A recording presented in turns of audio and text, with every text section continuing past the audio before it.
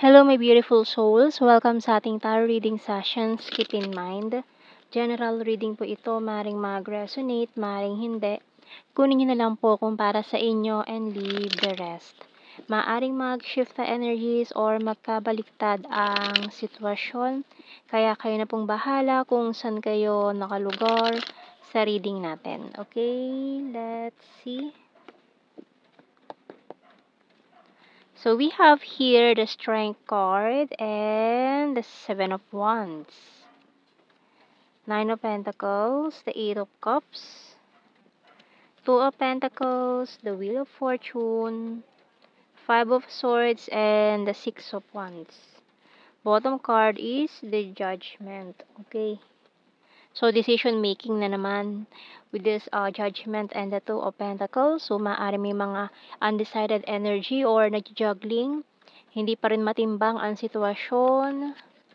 So, parang yung iba dito sinasabi bahala na si Batman, ganyan. So, kumbaga, parang ipinagpapasatadhana niya lang ang pwedeng mangyari dito. Okay, tingnan natin. Anong message ng Archangel? And maaaring about this person din na nag-walk away. Na mukhang isa ito sa mga reason kung bakit parang may undecided energy. So we have here, Crystal Clear Intentions by Archangel Michael. Be clear about what you desire and focus upon it with unwavering faith. So, dapat alam mo na talaga kung ano yung pinakang gusto mo, kung ano talaga yung plano mo. Alamin mo na talaga kung alin ba. Kasi kung magiging klaro yung gusto mo, yung goal mo, so mas madali mo makukuha yon, marireach yun. Kasi yung paiba-iba ka ng decision, paiba-iba ka ng iniisip, mabilis magbago yung decision mo. So, this time, gusto mo to. Tapos, a few minutes, nagbago na naman ang isip mo. So, kailangan focus ka ron sa isang bagay na yun. Kasi mas madedelay ka, mas matatagalan ka na ma-reach yung mga goals mo. Kaya, imbes na may nare-reach ka na, may natatapos ka na. So, mag-focus ka muna sa isang bagay. Pag natapos mo yun, saka mo gawin yung ibang bagay na gusto mo. Huwag yung pabago-bago ng desisyon, pabago-bago ng isip. Okay, so kailangan clear yung decision mo, clear yung iyong gusto. Okay? So, tingnan pa natin. So, tingnan natin signs and symbol cards. So, we have here the knife, sweets, and broom. Okay.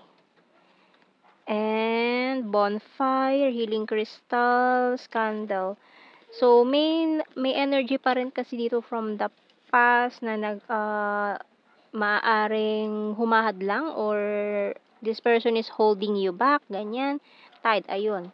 So, maaaring itong person from the past na to, dito ka pa rin nakatali. Kaya parang stuck energy ka dito. So, lalo na kung itong past energy na to is a bonfire or a karmic partner, karmic relationship na lessons lang ang kailangan mo makuha doon. So, hindi mo kailangan ma-stuck, hindi mo kailangan magpakatagal doon sa energy na yon. So, you need to heal from that connection na, okay? So, maaring overdue na itong connection na to na dapat matagal ka na nakamove on dito, matagal mo na to na nalampasan. Pero, dahil nga rito sa energy na to, nasasaktan ka pa rin. Kumbaga, parang sarili mo na lang din yung, nasasaktan ka pa rin dahil parang ikaw na rin yung umaano sa sarili mo. Kumbaga, pinipigilan mo yung sarili mo eh. So, tingnan natin more messages sa ating tarot messages oracle cards. Kumbaga, for some of you, yung sarili nyo mismo ang kalaban nyo eh. Kaya parang with this Five of Swords energy natin dito, so feeling mo yung sarili mo yung kalaban mo, yung ego mo, or ikaw mismo yung humahadlang or nagiging restriction dito sa mga bagay na to, na dapat matagal mo na nakuha, matagal mo nang nalampasan, matagal nang na-reach yung mga goals na to, pero nagkakaroon ng delay. So, we have here, ayun, isa mga problem dito, fear and anxiety. Can we start again? So, may mga natatakot mag-start all over again after failing. So, after mo mag-failed sa isang connection or maaaring career, love life. So, parang natatakot na mag-start all over again. Kumbaga, nagkaroon ka na ng yung taong yun yung naging comfort zone mo. So, natakot ka nang lumabas sa iyong comfort zone, mag-try again sa iba. So, kasi parang yung iba sa inyo ayaw na maghanap ng new person, ayaw na maghanap ng new job, opportunities, career, kasi naging kampante ka na doon sa before kahit na parang hindi mo deserve yung ganun treatment, hindi mo deserve yung ganun lang ang trato sa'yo. So, kumbaga, parang natakot ka na mag-try again sa iba. So, this time, lawakan mo yung limits mo, no? Kumbaga, huwag mong hayaan na hanggang dun ka lang. Okay? So, you're my twin flame. Lalo na kung if you're dealing with a twin flame na na-stuck ka, natali ka sa isang karmic partner na matagal na panahon. I want to see you this weekend. Kailangan na mag-move forward. The struggle is real. Can you forgive me and giving up? So, kailangan nang i-give up to mga bagay na to na hindi nag-work out for you. I'm isolating myself to reflect. Ayan, so, kailangan marami ka na-reflect ngayon, lalo na at maaaring tagal mo na naka-isolate, nagmo-move on pero hindi maka-move on, ang tagal mo na na-stuck sa sitwasyon na dapat matagal ka nang wala doon. So, I knew exactly what I was doing. I'm not available. So many things remind me of you. I want to tell you how I feel.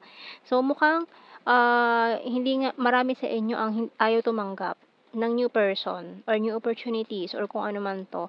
Sinasabi niyo lagi, "No, I'm not available. I'm still waiting for that job. I'm still waiting for that person. Siya lang ang gusto ko. Yun lang ang trabaho na gusto ko," or kung ano man 'to, 'no? Kumbaga parang sinasabi mo, "I'm not available with this, with you," or kung sino man or kung ano man 'to. Yun ang lagi niyong sinasabi or marami sa inyo sinasabi yun. Kasi nga ang focus niyo parang yun, yun ang gusto ko, ito ang gusto ko or itong person na 'to gusto ko siya or itong trabaho na 'to or dream job ko 'to. Ayun, kaya parang kahit may dumating na new opportunities is inaayawan, okay? So, tingnan natin, we will be together again kasi yun ang focus, kumbaga yun ang gusto ko, magkakabalikan kami, 'di ba? So, we have here, I'm afraid to contact you. Just being near you is intoxicating. So, kahit na toxic na yung environment sa work or toxic na yung relationship, nag-i-stay pa rin. I feel you even though we are apart and you speak to me through music. Okay? So, let's see. Kuha tayo ng mga initials natin. Pwedeng initials ng pangalan nyo or anything na pwedeng connected na pwedeng mabuo. L, P, Q, B, A, J.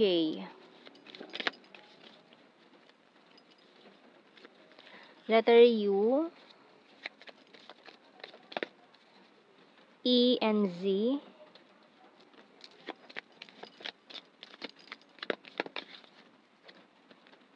M, D, N,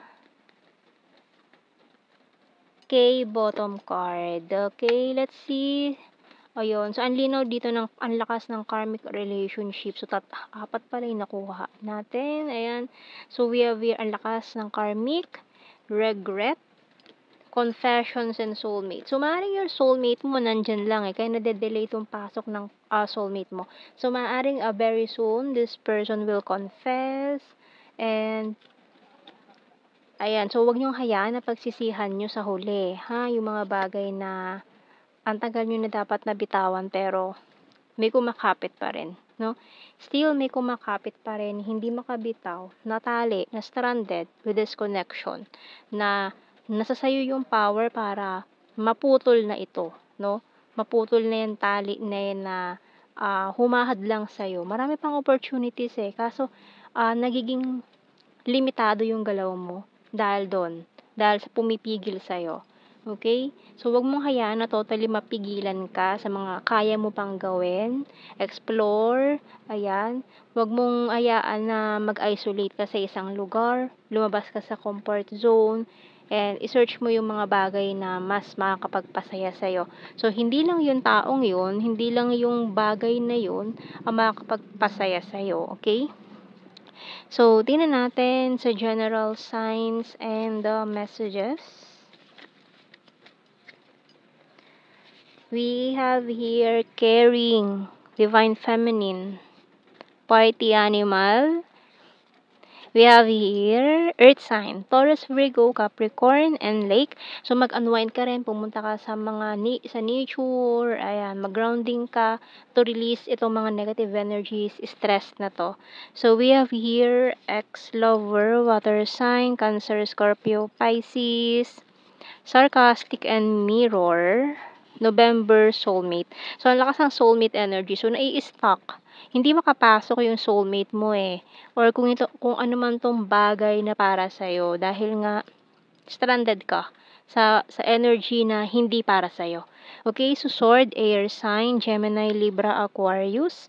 February, full of charisma and twin flame. Ayan, no? So, kung twin flame connection to, andiyan lang siya sa paligid.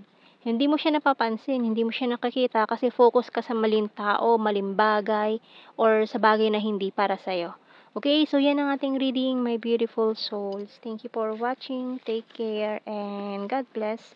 See you in our next reading, guys. Bye-bye.